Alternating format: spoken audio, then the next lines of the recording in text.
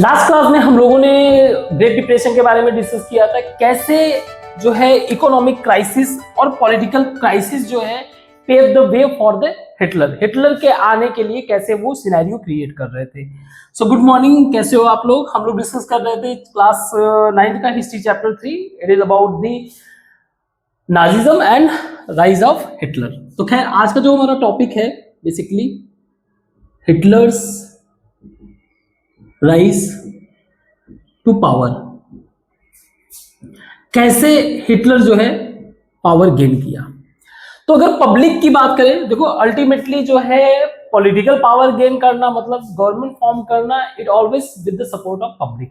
Public के life में क्या चल रहा था, public major facing political and economic crisis. हम लोगों ने लास्ट टाइम देखा भी था इकोनॉमिक क्राइसिस। अब अगर उस टाइम पे देखें, स्पेशली 1929 के बाद, 1929 के बाद का अगर सिनेरियो देखें, तो इस टाइम पर जो भी कंट्री के अंदर बैंक्स थे, देखो बैंक्स जो है किसी भी कंट्री में मेजर रोल प्ले करते हैं, उसको बोला जाता है मनी मल्टीप्लिकेशन। मनी को क्रिएट करने में इन्हीं का रोल प्ले होता है। आगे चल के हम लोग इकोनॉमिक्स में देखेंगे कैसे ये वर्क करता है। तो बैंक जितने थे कोलैप्स कर गए, मतलब खराब बर्बाद हो गए, और जितने भी बिजनेसेस थे ये शटडाउन, ये बंद हो गए,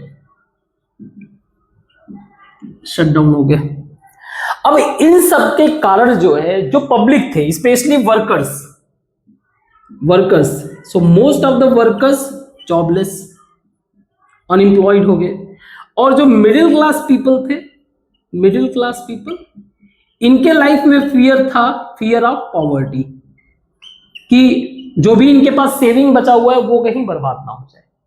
सो ये सिनेरियो तो पब्लिक लाइफ में चल रहा था, बट कब, 1929 के बाद। अब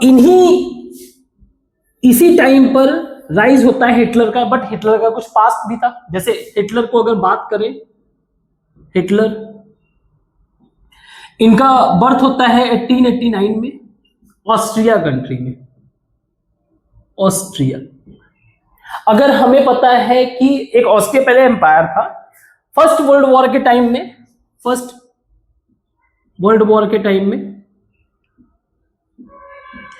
ऑस्ट्रिया, जर्मनी और ऑटोमन एम्पायर, ये तीनों साथ में मिलकर लड़ाई लड़े थे।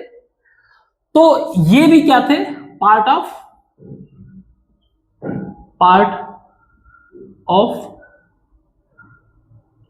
वॉर। कैसे, एज ए सोल्जर। शुरुआत में जो है इनको एक तरीके से मैसेंजर टाइप का पोस्ट मिला था, messenger. Later become he corporal, later. और बाद में इनको फिर मेडल्स वगैरह भी मिले। हमें पता है 1919 में वॉर एंड हुआ, ट्रीटी ऑफ वर्सेली हुआ, ट्रीटी ऑफ वर्सेली। और स्पेशली जर्मनी का डिफीट जो है, ये हिटलर को हाईली डिसअपॉइंट किया, हाईली डिसअपॉइंटेड।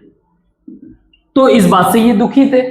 बट वॉर खत्म होने के बाद जो आर्मी वाले थे उनका ज्यादा कोई रोल नहीं था, तो ये 1929 में पार्टी ज्वाइन करते हैं। 1929 में ही join German worker party join करते हैं।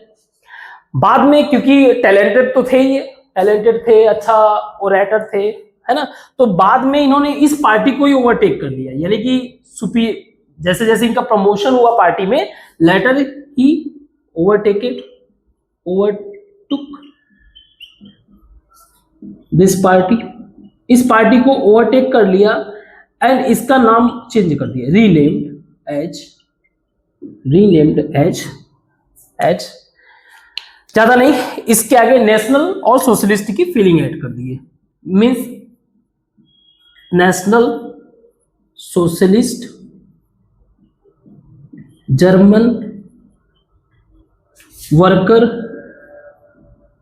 पार्टी, और इसी को बोला जाता था नाजी पार्टी। इसी को बोला जाता था Nazi party. So national socialist German worker party.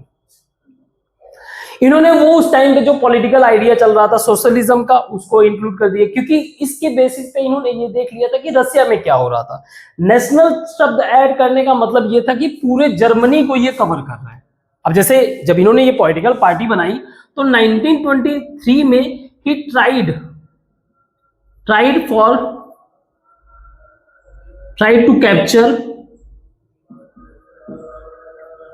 Capture ब्रेविया, एक सिटी है छोटा सा, जैसे ये जर्मनी है, ठीक है, ये ऑस्ट्रिया है, ये जर्मनी, तो एक छोटा सा साउथ में सिटी है ब्रेविया। इनका प्लान क्या था कि हम लोग पॉलिटिकली कैप्चर करेंगे ब्रेविया को, और ब्रेविया से जो है हम लोग शिफ्ट करेंगे, फिर बर्लिन को कैप्चर करेंगे, ठीक है, बर्लिन। क्योंकि इस टाइम पे आप देखो, इस टाइम पे अभी इकोनॉमिक क्राइसिस, इस टाइम पे लोन वगैरह मिलना शुरू हो गया, तो धीरे धीरे सिचुएशन सही हो रहा था, ठीक। अगर आपको याद होगा 1923 में ही डेविस प्लान आया था। उस टाइम पे, उसके पहले जर्मनी का सिचुएशन गड़बड़ था, जर्मनी फिर धीरे धीरे सही हो। तो यहाँ पे खैर इनका जो प्लान था कि बर्लिन को कैप्चर करके जर्मनी का कैपिटल पावर को पूरा कंट्रोल में लेना, पूरे जर्मनी को कंट्रोल में लेना, बट अल्टीमेटली क्या होता है ही इनको क्या कर दिया जाता है, जेल में डाल दिया जाता है। He was arrested and tried for ये वाला है ट्रायल, जो ट्रायल होता है कोर्ट केसेस में, ट्राइड फॉर ट्रीजन। इनके ऊपर क्या लगता है, देशद्रोह का मुकदमा, लेकिन बाद में इनको छोड़ दिया जाता है, later released. So political point of view से अगर देखा जाए तो बहुत ज्यादा सपोर्ट गेन किए नहीं थे ये। जैसे एग्जांपल के लिए अगर 1928 की बात करें, 1928 के पार्लियामेंट्री इलेक्शन जो इनका रीस्टैग था, इसके इलेक्शन में नाजी पार्टी सिर्फ 2.8% था, ठीक है, नाजी पार्टी सिर्फ 2.8%। और अब ये देखो 1929 के बाद इकोनॉमिक क्राइसिस आया, तो जब 1932 में इलेक्शन हुआ तो at that time he gain support of almost 37%। Why? Reason यही था कि उस टाइम पर पब्लिक जो है पॉलिटिकल और इकोनॉमिक ह्यूज क्राइसिस झेल रहे थे, पब्लिक बहुत ज्यादा प्रॉब्लम में थी। और जो नाजी पार्टी थी, नाजी पार्टी का जो प्रोपोगेंडा आप कह लो,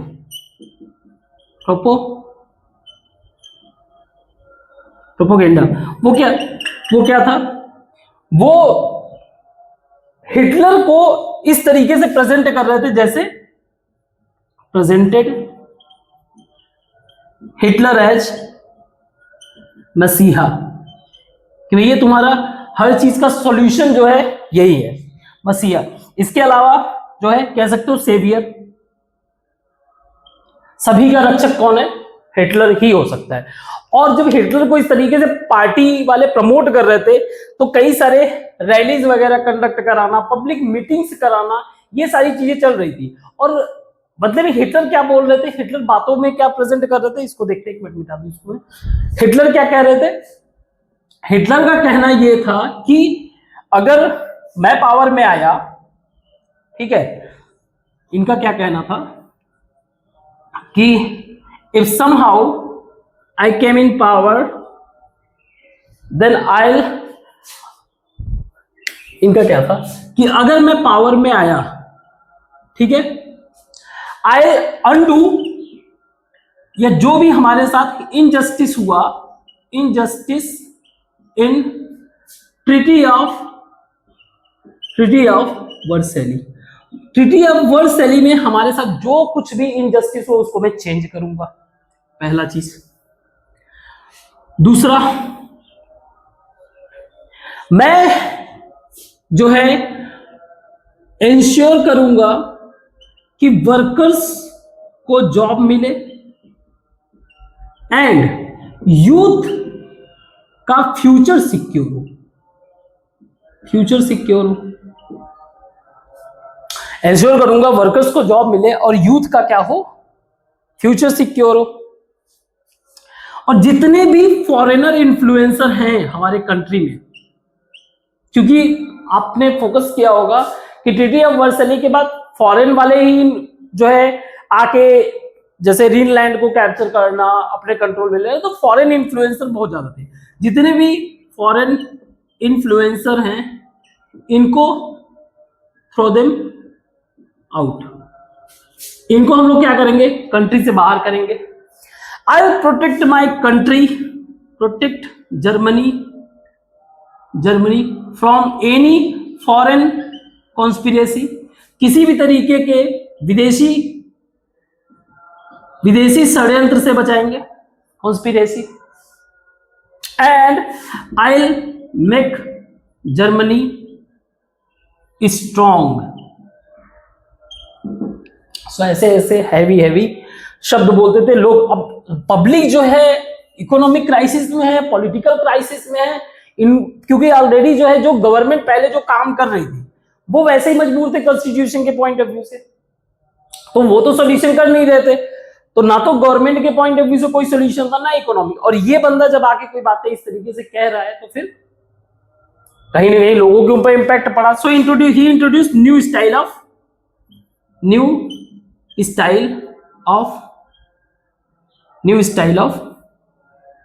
politics.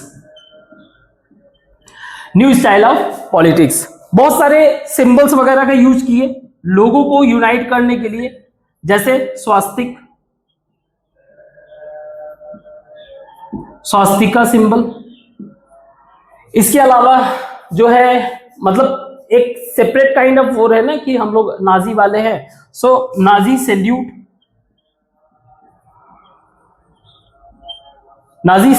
Different kind of Nazi salute. So somehow ये क्या करते थे, sense of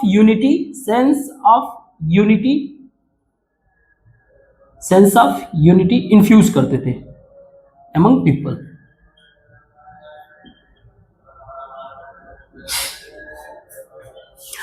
also they introduce like एक तरीके का रिचुअल फॉलो किए, राउंड ऑफ अप्लॉज का, कि हर एक स्पीच के बाद जो है एक सर्टेन वे से डिफरेंट तरीके से एक अप्लॉज यानी तालियां बजाना है, प्रेस करना है। तो कहीं ना कहीं हिटलर जो है उसने लोगों के अंदर एक तो पॉजिटिव फीलिंग, क्योंकि पब्लिक तो वैसे ही दुखी थी, उनके पास कोई होप नहीं था। सो वी कैन से कि हिटलर गिव देम होप दिया, पहला चीज। दूसरा, जो इनकी पार्टी थी पूरी, ठीक है, पब्लिक मीटिंग कराना, मास मोबिलाइज करना, इन सब के थ्रू जो है कहीं ना कहीं क्या करते थे, कहीं ना कहीं नाजी यानी हिटलर को जो है एक मसीहा की तरह पेश करते थे। और हमने देखा भी कि इसका रिजल्ट क्या हुआ कि इन 1932 के इलेक्शन में हिटलर गॉट 37% सपोर्ट या पॉपुलेशन वोट, या कुछ भी कह सकते हो, वोट कह लो, 37% वोट इन 1932 इलेक्शन। तो ये तो समझ में आ गया, इतना सपोर्ट पाने का मतलब ये कि अब जो है हिटलर क्या आ गया पावर में। हिटलर का बैकग्राउंड भी हमने देख लिया, हिटलर क्यों पावर में आया हमने वो भी कंडीशन देख लिया, उस टाइम पे क्या क्या सिचुएशन थे, ये सारी बातों को डिस्कस कर लिया। अब इसके आगे डिस्कस करते हैं। तो हम लोगों ने देखा कि कैसे हिटलर की पार्टी जो थी, नाजी पार्टी, इनका जो इनिशियल सपोर्ट था इलेक्शन 1928 वाला, उसमें इनको समवेयर अराउंड 2.6 या 8% इस तरीके से मिला था।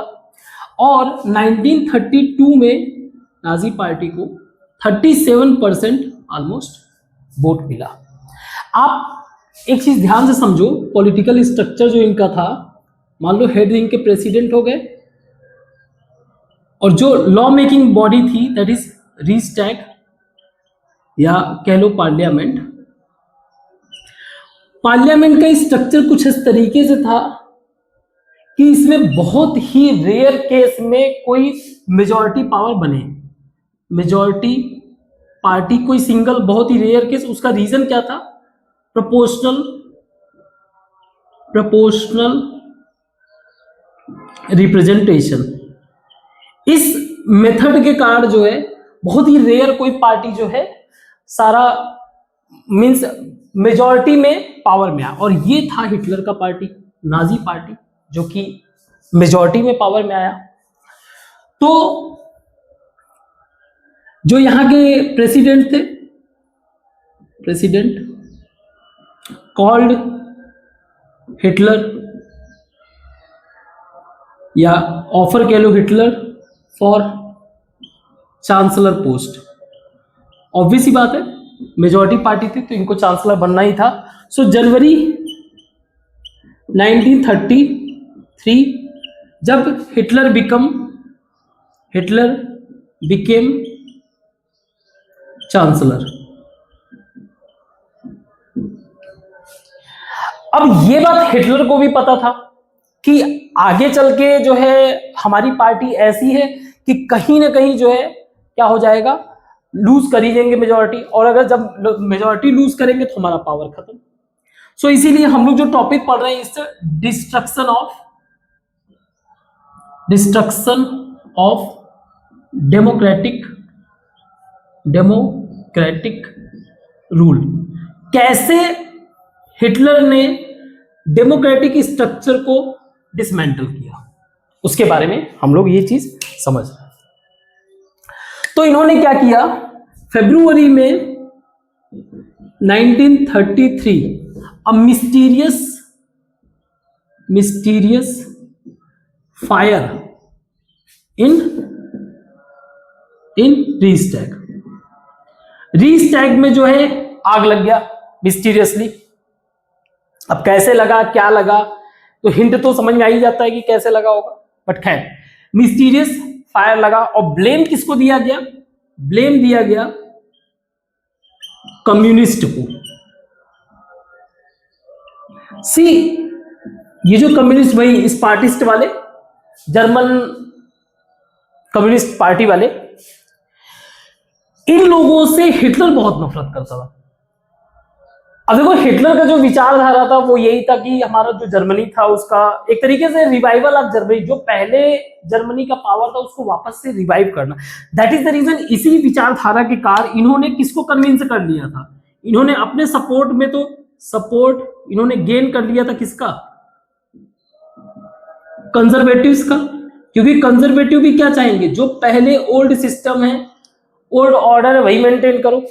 तो इनको कंजर्वेटिव तो सपोर्ट कर दिए, लेकिन हिटलर का बहुत ज्यादा हेट था कम्युनिस्ट से। और उसका रीजन ये था कि हिटलर ये मानता था कि कम्युनिस्ट जो हैं, जो भी जर्मनी का प्रेजेंट टाइम में डिस्ट्रक्शन हुआ है, जर्मनी के डिस्ट्रक्शन में इनका सबसे बड़ा रोल है। पहला चीज। दूसरा चीज ये भी मानता था कि ये जूइश वालों का कॉन्स्पिरेसी है। मतलब ये जो एक पार्टी खड़ा किया गया है, जूइश लोगों ने कॉन्स्पायर करके एक कम्युनिस्ट पार्टी जर्मनी में खड़ा किया। तो दैट इज द रीजन इस बंदे को हेट बहुत था।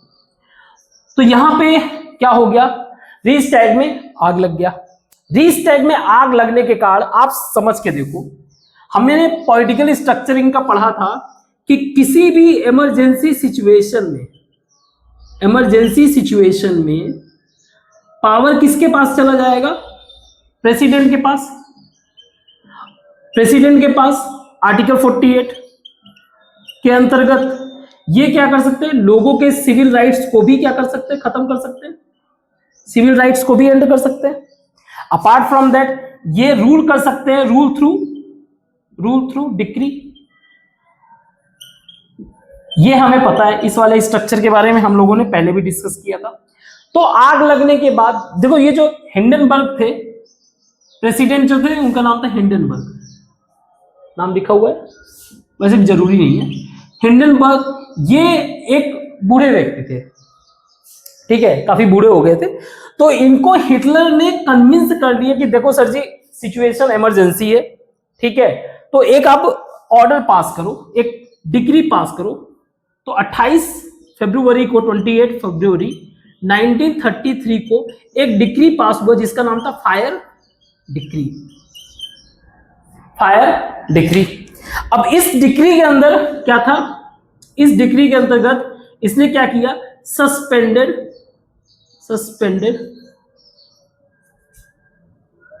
पीपल्स फ्रीडम, जैसे कि freedom of speech, freedom of press, assembly, आप कहीं इकट्ठा नहीं हो सकते हो, इस तरीके के ऑर्डर को पास किया। ठीक है, हमें पता है कैसे पास हुए, ये सारी चीजें क्लियर है। ओके, अच्छा, इन सब चीजों को मैनेज करने के लिए भाई, फ्रीडम ऑफ स्पीच वगैरह, इन सब मैनेज करने के इन्होंने अलग तरीके के पुलिस फोर्स भी बना रखे थे। सी देयर वाज पुलिस फोर्स, जैसे कि इनके यहां जो कह सकते हो आर्म फोर्सेस थे, जो एक जनरल, जो नॉर्मल फोर्स थे वो थे ग्रीन यूनिफॉर्म्स, जो ग्रीन यूनिफॉर्म में हुआ करते थे, ग्रीन यूनिफॉर्म ये तो थे ही। इसके साथ में नाजी का भी अपना, नाजी का भी मतलब ये सिक्योरिटी वाला, सिक्योरिटी कैसे ये मैनेज कर रहे थे, तो नाजी का भी अपना पार्टी, एक मिनट इसको निकालता हूं, नाजी का भी अपना एक पुलिस फोर्स था। इस डिक्री के अंदर कैसे इन सब चीजों को मैनेज करते थे, तब तक इन लोगों ने कुछ पुलिस फोर्स वगैरह भी बना रखे थे। हमें ये सिनेरियो पता है, ये कम्युनिस्ट से हेट करते हैं, तो इस पुलिस वगैरह की मदद से ये करेंगे क्या, उसको देखते हैं।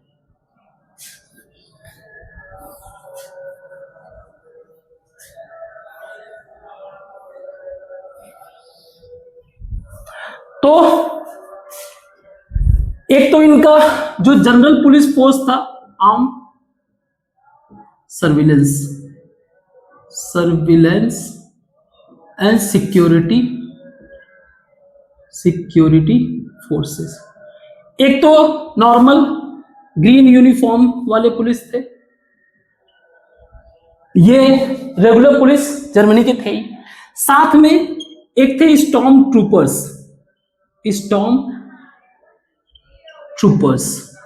दैट इज एस ए, ये नाजी पार्टी के आर्मी थी, नाजी पार्टीज आर्मी। तो ये भी टेक केयर कर रहे थे स्टेट का, कंट्री का, कहीं पे भी इलीगल कुछ एक्टिविटी होता था उसको जो है क्या करते थे, कैप्चर करके कर देते। इसके अलावा कुछ एक्स्ट्रा पुलिस फोर्सेस दे फॉर्म्ड एक्स्ट्रा सिक्योरिटी फोर्सेस, जैसे कि एक था गैस्टापो। अगेन ये सारे के सारे नाम जो है वो जर्मन वर्ड है, ठीक है, तो इसका कोई मीनिंग ऐसे कोई ढंग का मिलेगा नहीं। जैसे एग्जांपल के लिए नाजी की अगर बात कर ले, तो नाजी टर्म रिप्रेजेंट करता है नेशनल, और जो जी रिप्रेजेंट करता है वो सोशलिस्ट। तो इनका जो पार्टी का पूरा नाम था ना, नेशनल सोशलिस्ट वर्कर पार्टी, तो उसका एब्रीविएशन था नाजी, बट ये जर्मन शब्द का इस्तेमाल करते, जैसे सोशलिस्ट को ये बोलते थे सोजी, ठीक है। तो अगेन ये सारे के सारे जर्मन टर्म्स हैं, प्रॉपर एक्सप्लेनेशन मिलना आप ढूंढ सकते हो, मिल जाएगा। तो ये भी एक तरीके का क्या था, स्टेट सीक्रेट पुलिस। इसके अलावा इन्होंने एक एसएस बनाया, एसएस फोर्स था। इनका काम यह था कि प्रोटेक्शन प्रोवाइड करना, किसको, प्रोटेक्शन टू हिटलर के लिए एक तरीके से प्रोटेक्शन फोर्स था। इसके अलावा जो है क्रिमिनल पुलिस, जो क्रिमिनल वाले मैटर को देखता था, और एसडी फोर्स था जो सिक्योरिटी को देखता था। सिक्योरिटी स्पेशली आप कह लो ये स्पाई वाले वर्क करता था, निगरानी रखने वाला, स्पाई करने वाला वर्क होता था। तो ये जितने भी एक्स्ट्रा सिक्योरिटी फोर्सेस थे, इनके पास एक्स्ट्रा पावर भी था, they had extra power and immunity. ऐसा नहीं है कि तुम इनके ऊपर कोई इल्जाम लगा दोगे तो इजी वे से इनको पनिशमेंट मिलेगा। सो व्हाट दे डिड, इन्होंने चुन चुनकर कम्युनिस्टों को पकड़कर जो है जेल में उठा के डालना, अगर कोई बाहर से कोई व्यक्ति है तो उसको डिपोर्ट करना, है ना, और कभी कभी ये उनको मार भी देते थे। व्हाट दे डिड, ये किसी भी पीपल को विदाउट प्रॉपर ट्रायल अरेस्ट कर लेते थे एंड सेंड टू या तो क्या करते थे, इनको या तो जो है डिपोर्ट कर देते थे, या पनिश में मान लो किल कर दिए, और अगर इनको कहीं पे इकट्ठा रखना हो so they send to concentration camp. तो इन कंसंट्रेशन कैंप को जो मैनेज करते थे ज्यादातर ये गेस्टेपो वाले, इसको बोला जाता था गेस्टेपो टॉर्चर चैम्बर, या कह लो in other words concentration camp. तो कंसंट्रेशन कैंप एक ऐसा जगह जहां पर अगर कोई भी पुलिस वाले या फिर जो भी सिक्योरिटी एजेंसीज हैं, इन्होंने पाया कि कोई व्यक्ति जो है प्रॉपर लीगल चीजों को फॉलो नहीं कर रहा है, देन और वो उस कंट्री से बिलोंग नहीं, उसको उठा के उस जगह पे ले जाके रख दिया। इसी का एक एग्जाम्पल है एक सिटी था डसेलडॉर्फ, देख लेना भाई, नाम याद नहीं है। डसेलडॉर्फ एक सिटी है कहां पे, जर्मनी में। यहां पर इन लोगों ने लगभग 6,808 लोगों को अरेस्ट किया, 6,808 लोगों को अरेस्ट किया, जिनमें से 1/4 मतलब मान लो 1400 ऑलमोस्ट क्या थे, कम्युनिस्ट थे। लगभग 1400 जो है कम्युनिस्ट थे। अब सोच के देखो, इनको इस बात से तो अरेस्ट करेंगे नहीं ना कि भाई तुम जो है कम्युनिस्ट हो, तुमको जेल में डाल देते। इन लोगों को अरेस्ट किया गया, ऐसे 52 टाइप्स ऑफ क्या किया, इनके ऊपर क्राइम जो है इंपोज किया गया।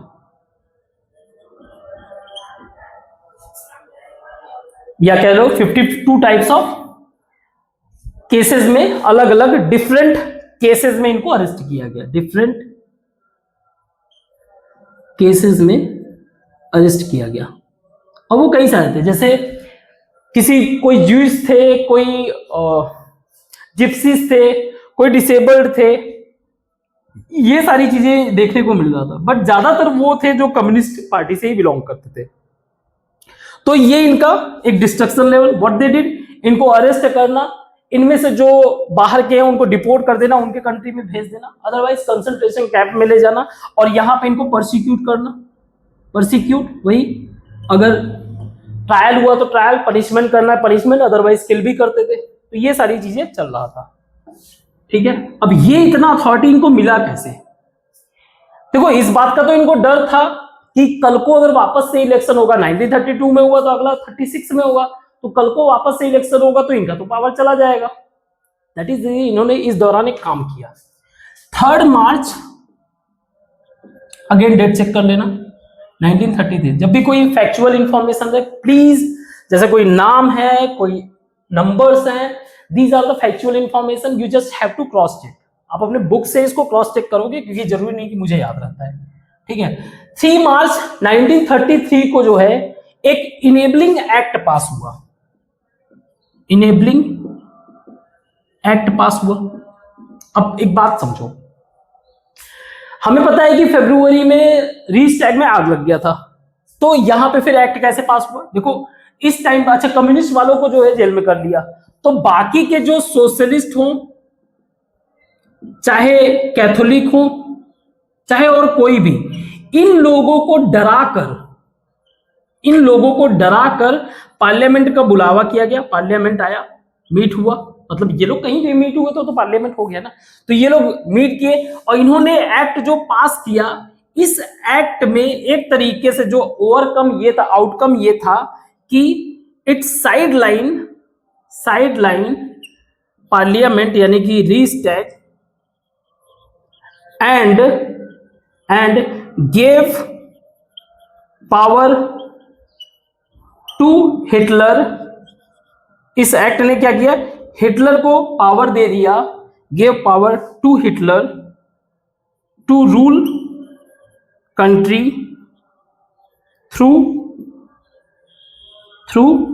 डिक्री, यानी अपने ऑर्डर से जो है पूरे कंट्री को रूल कर सकता था। इसके लिए प्रेसिडेंट को भी कन्विंस कर दिया कि प्रेसिडेंट आप वैसे भी बूढ़े हो गए हैं, क्या बार बार आपसे मैं साइन करवाने आऊं, एक काम करो आप सारा जिम्मेदारी हमें दे दो। तो पास हो गया, सारे पार्लियामेंट मेंबर ने जब वोट कर दिया तो हो गया ना। तो अब जो है पार्लियामेंट से हर चीज को पास कराने की जरूरत नहीं है। अब जब पार्लियामेंट से पास नहीं कराना है तो पार्लियामेंट में क्या होते हैं, पब्लिक के चुने हुए लोग होते हैं, पब्लिक के चुने हुए लोग, अब उनका कोई ज्यादा इंपॉर्टेंस है नहीं। प्लस इसी रूल के थ्रू जो है, इसी रूल के थ्रू क्या कर रहे हैं, लोगों के फ्रीडम राइट्स वगैरह को डिस्ट्रॉय कर रहे हैं। हमने देखा भी ये वाला एग्जांपल, कैसे कम्युनिस्टों को पकड़ के जेल में डाल रहे हैं। तो we can say it was so enabling act was the act which cause for the destruction कह लो या डिसमेंटल कह लो, कुछ भी, डिसमेंटल ऑफ डेमोक्रेसी। ठीक है, ये सिचुएशन हुआ। इस रूल के थ्रू इन्होंने क्या किया, हिटलर ने क्या किया, हिटलर ने जितने भी ट्रेड यूनियन जितने भी trade union, other political parties, इन सब पे क्या करने लगा, बैन लगा दिया, एक्सेप्ट नाजी पार्टी पे बैन नहीं लगाता। तो नाजी पार्टी अपना फ्लरिश करे, कोई इशू नहीं है, बाकी के एक्टिविटी पे बैन लगा दिए। सो इट वाज शोइंग कि एक तरीके से हिटलर जो है, Hitler had complete control over economy. अब इकोनॉमी पे भी कंट्रोल है, मीडिया पे भी कंट्रोल है, पॉलिटिकल कंट्रोल एक्सेट्रा, हर चीज पर क्या हो गया, हिटलर का कंट्रोल हो गया। कब तक, 1933 में। अभी एक ही साल हुआ है पावर में आए। अब हिटलर वो करेंगे जो चाहते हैं, अपना जो भी चाहते हैं वो करेंगे। तो वो इन्होंने किया क्या इकोनॉमिक एक्टिविटी किया जिससे जर्मनी में बदलाव आया, उसको देखते हैं, इसको मिटाते हैं। तो हम लोगों ने देखा कि हिटलर के पास अब सारा पावर आ गया है। अब बात ये थी कि वो इकोनॉमिक पॉइंट ऑफ व्यू से क्या कर रहे हैं, इंटरनल मैटर सारे के सारे रिजॉल्व हो रहे हैं। तो अब हम लोग जो टॉपिक पढ़ रहे हैं वो है रीस्ट्रक्चर कि उसने क्या किया, जर्मनी को कैसे रीस्ट्रक्चर किया। हमें पता है 1933 के आसपास इनेबलिंग एक्ट मिला था, यहां से कहानी शुरू होती है। तो एक तो हम लोग पहले इकोनॉमिक एस्पेक्ट में देखेंगे, इकोनॉमिक एस्पेक्ट को समझने की कोशिश करेंगे, यानी कंट्री के अंदर क्या हो रहा है उसको समझने की कोशिश करेंगे इकोनॉमिक एस्पेक्ट में। तो इकोनॉमिक क्राइसिस से बाहर आने के लिए, इकोनॉमिक रिकवरी के लिए इन्होंने एक इकोनॉमिस्ट को हायर किया, इकोनॉमिस्ट। तो इकोनॉमिक रिकवरी के लिए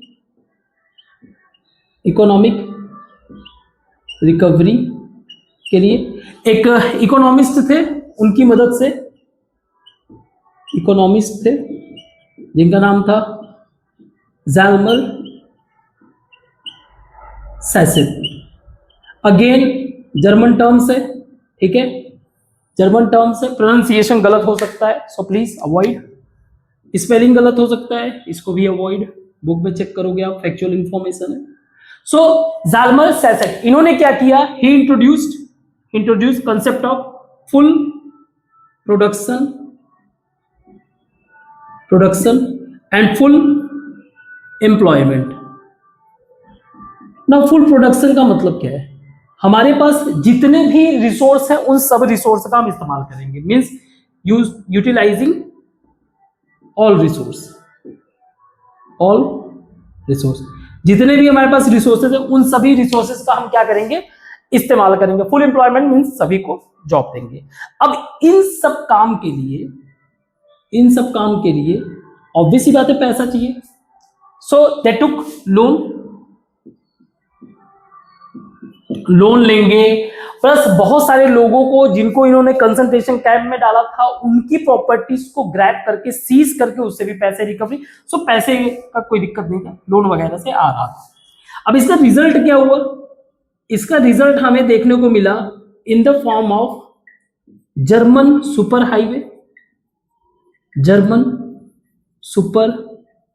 हाईवेज और एक बड़ा ही फेमस कार, कह सकते हो पीपल्स कार, जिसका हम लोग बड़े नाम सुने होंगे, फोक्सवैगन।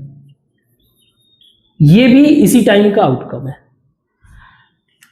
तो ये चीजें हो रहा था इकोनॉमिक, तो अपना इकोनॉमिक पॉइंट ऑफ व्यू से डेवलप हो रहे थे।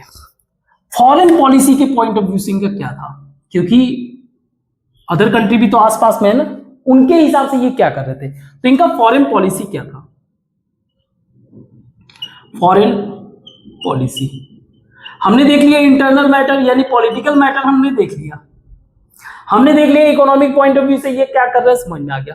फॉरेन पॉलिसी के पॉइंट ऑफ व्यू से सबसे पहले इन्होंने क्या किया, 1933 में दे पुल्ड आउट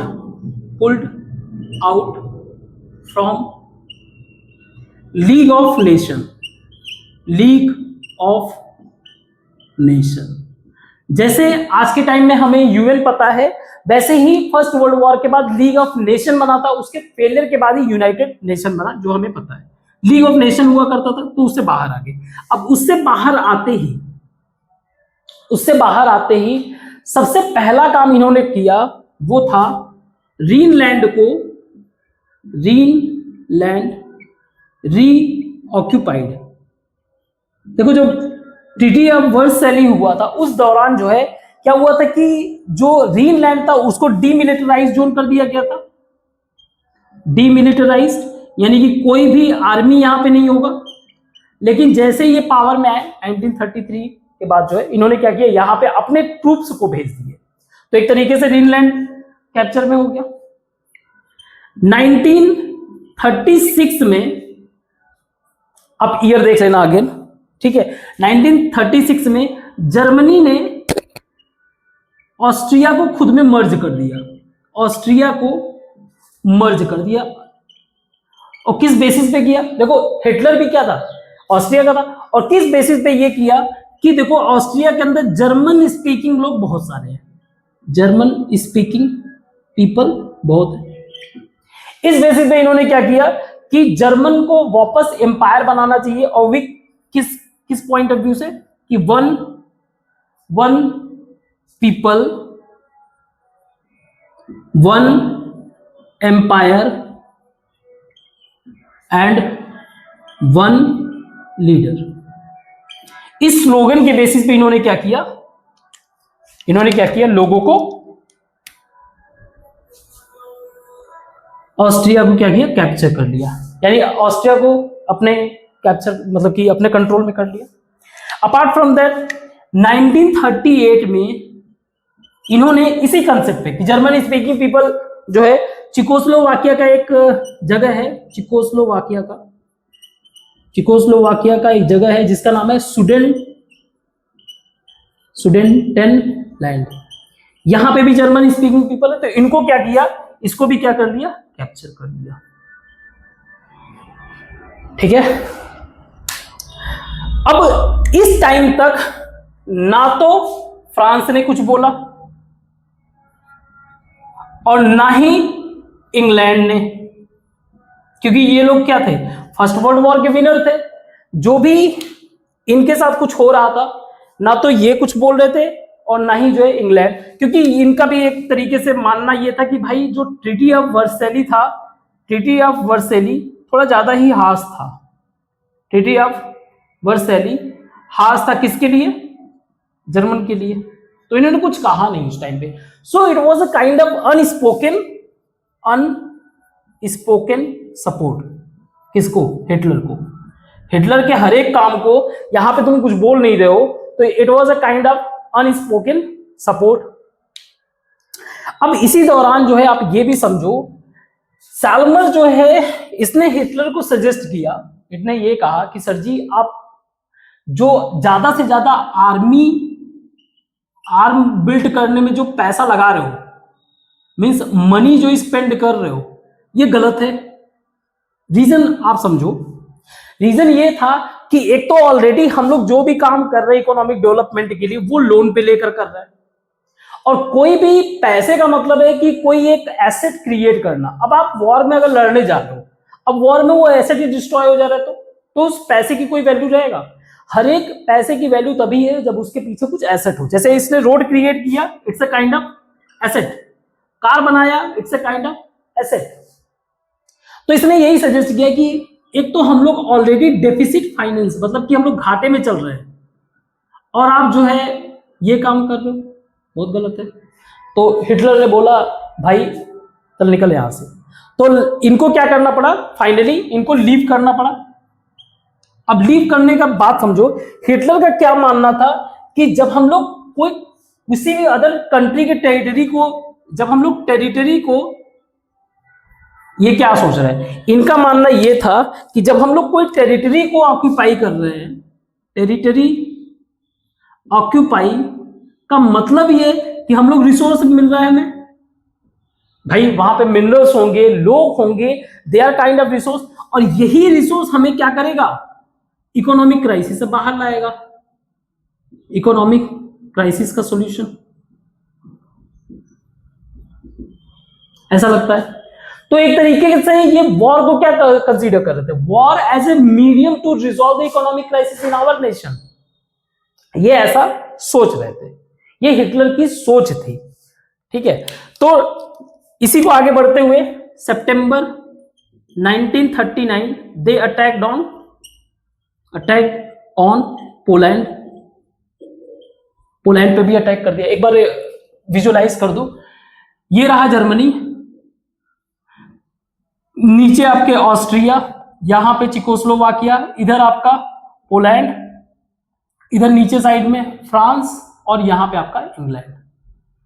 ओके, सो 1939 सितंबर 1939 अटैक ऑन पोलैंड, ये लीड किया, इसी के कारण जो है क्या हो गया, break world war two, world war two break हो गया। इस दौरान जो है जर्मनी ने एक ट्राईपार्टाइट पैक्ट किया, ट्राईपार्टाइट मतलब 3 लोगों में पैक्ट, कब, 1940 में, किसके बीच में, इटली, जापान और जर्मनी। और आपको पता ही होगा ये कौन से वाले ग्रुप है वर्ल्ड वॉर टू में। तो इन्होंने अपना एक पैक्ट किया 1940, और अपार्ट फ्रॉम दैट हिटलर ने मैनेज किया कि यूरोप के कई सारे छोटे मोटे जो कंट्रीज हैं, यूरोप के कई सारे कंट्रीज में जर्मनी के पपेट्स को बिठा दिया गया। Means in many countries of Europe power change करके कई सारे कंट्रीज में जर्मनी के पपेट्स को बिठा दिया गया। मतलब many countries in Europe ruled by Hitler's puppet regime. और ये आज भी होता है।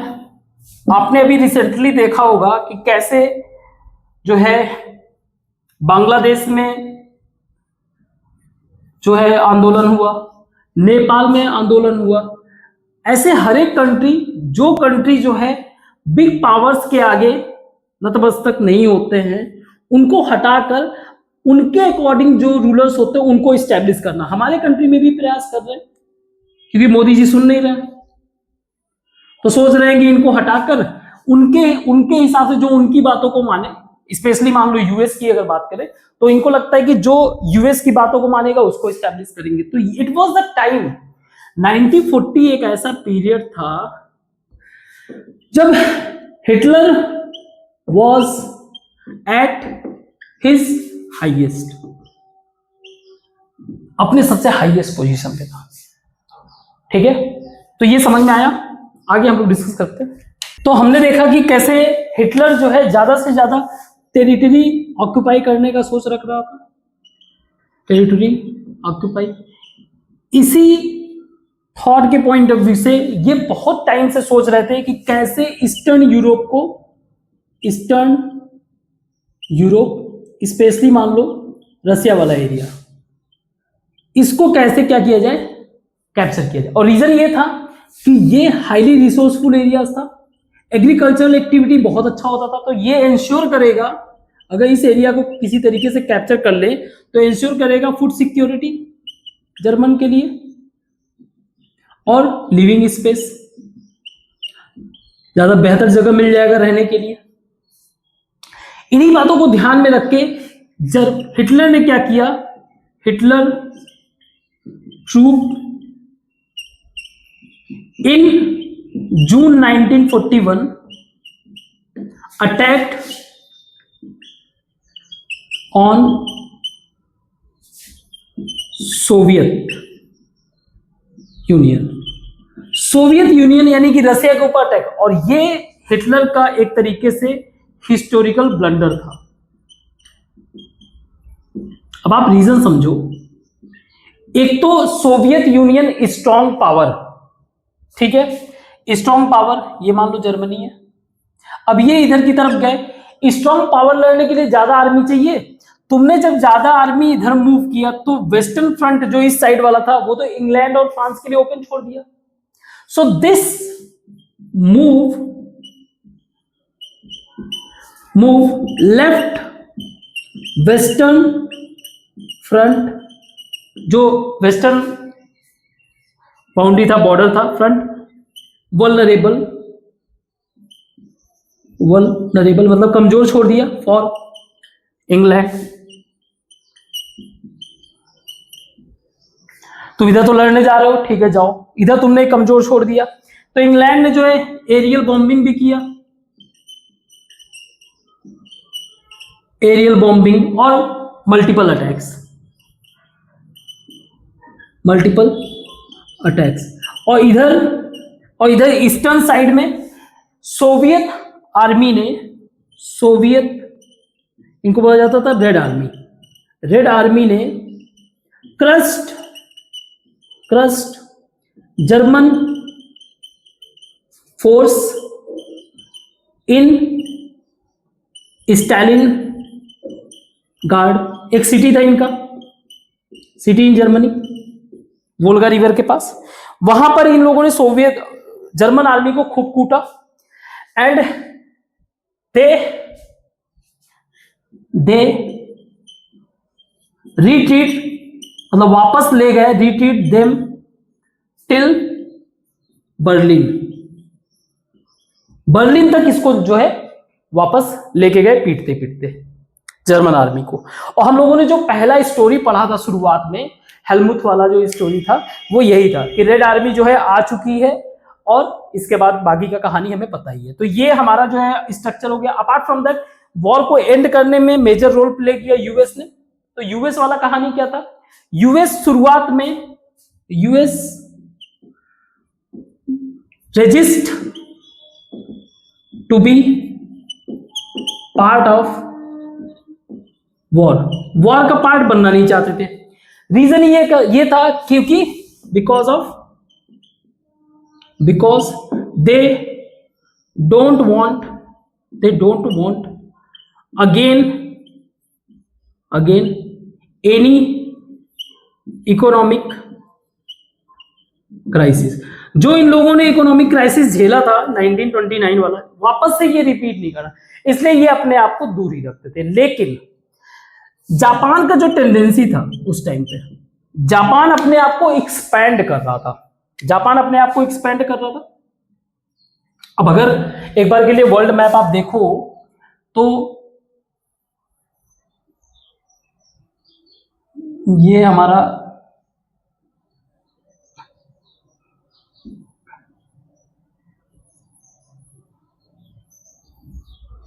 और यहां पे हमारा जो है यूएस हो जाता है,